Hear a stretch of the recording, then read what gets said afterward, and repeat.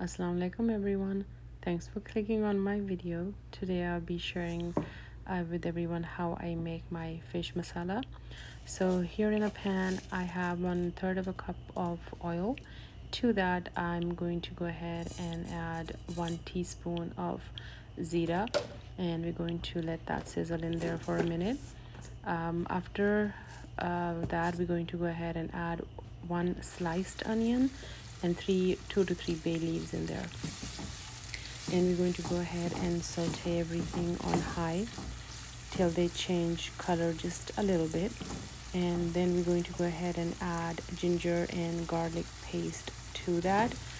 After adding the ginger and garlic paste, we're going to continue to cook that till garlic and ginger paste change a little bit of color.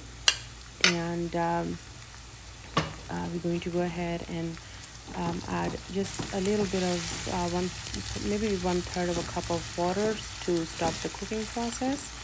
And after that we're going to go ahead and add green chilies and tomatoes. So I added about 3 green chilies and 2 tomatoes.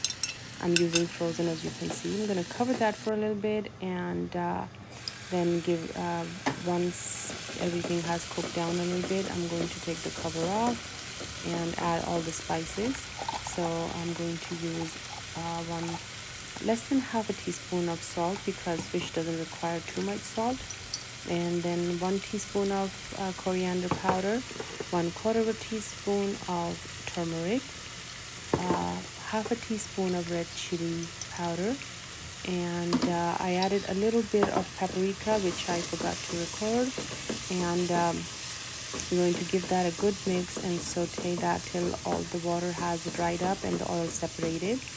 And I'm going to go ahead and add about 1 pound of fish. I'm using cod here, and we're going to go ahead and cook that on high heat till all the water has dried up and the oil has separated.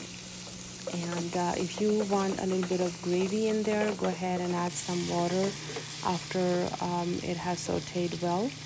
As you can see here, I added about half a cup of water, and I'm going to cover that and let it cook for a little bit.